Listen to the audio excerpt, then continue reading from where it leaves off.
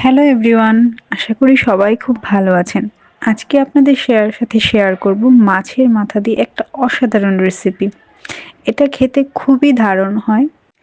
মোট কথায় একটি রেসিপি দিয়েই থালের ভাত সব শেষ করে ফেলা যাবে, আর এটা বানানো খুবই ইজি। তাহলে চলুন আজকে শুরু করি। এখানে আমি অল্প পরিমাণ করছি, তাই অর্ধেকটা মাছের মাথা নিয়ে নিলাম। সেটাকে আমি লবণ হলুদ মেখে সাইডে রাখছি। আর এখানে আমি কিছু অল্প পরিমাণ বেগুন আর সিম নিয়ে নিয়েছি, কেটে আমি জলে ভিজিয়ে রেখেছি। কড়াইয়ে তেল দিয়ে সেখানে আমি মাছের মাথাটা ভেজে নেব। মাছের মাথাটা আমি ঢেকে আস্তে আস্তে খুব মুচমুচে করে ভাজবো। এটা মুচমুচে করে ভাজলে সময় নিয়ে পুরো মাথাটাই খুব দারুণ মজা লাগবে খেতে। রান্নাটায় মাছের মাথার ফ্লেভারটাও ভালো আসবে। মাছের মাথাটা ভাজি হয়ে গেলে আমি ওই তেলেই বেগুন আর সিমগুলো দিয়ে দিব। তারপর লবণ হলুদ দিয়ে কিছুক্ষণ ঢেকে ভাজি করে নেব। এটা ভাজতে খুব বেশি সময় লাগবে না, খুব দ্রুতই হয়ে যাবে। এখানে আমি খুবই অল্প পরিমাণ মশলা ইউজ করব। শুধুমাত্র এখানে আমি ভাজি হয়ে আসলে সিম আর বেগুনটা, তখন আমি এখানে ধনে গুঁড়ো আর লঙ্কা গুঁড়ো দিব। ধনে গুঁড়ো আমি এখানে 1.5 চামচ মতো ইউজ করলাম। লঙ্কা গুঁড়োটা আপনাদের ঝাল মতো বুঝে আপনারা ব্যবহার করতে পারেন।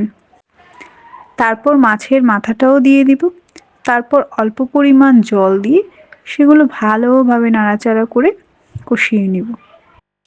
এখানে মাছের মাথাটা আমি বারবার বাড়ি দিয়ে একটু মিশিয়ে দিব, যাতে সবগুলো একদম ভালো করে কুক হয় আর মশলাটাও ভালোভাবে যায়, সব কিছুতে ভালোভাবে মিশে। তো আমি কিছুক্ষণ এটা ঢাকা দিয়ে রাখবো।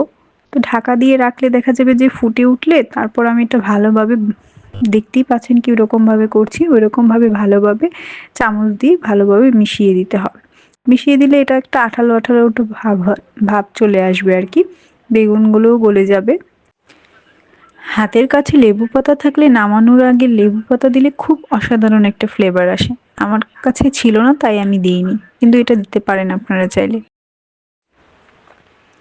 আর যখন এই পর্যায়ে একদম তেলগুলো সাইডে বের হয়ে আসতে হবে এবং পুরোটা জল শুকিয়ে একদম ভাজি ভাজি হয়ে আসবে, তখনই এটা হয়ে যাবে।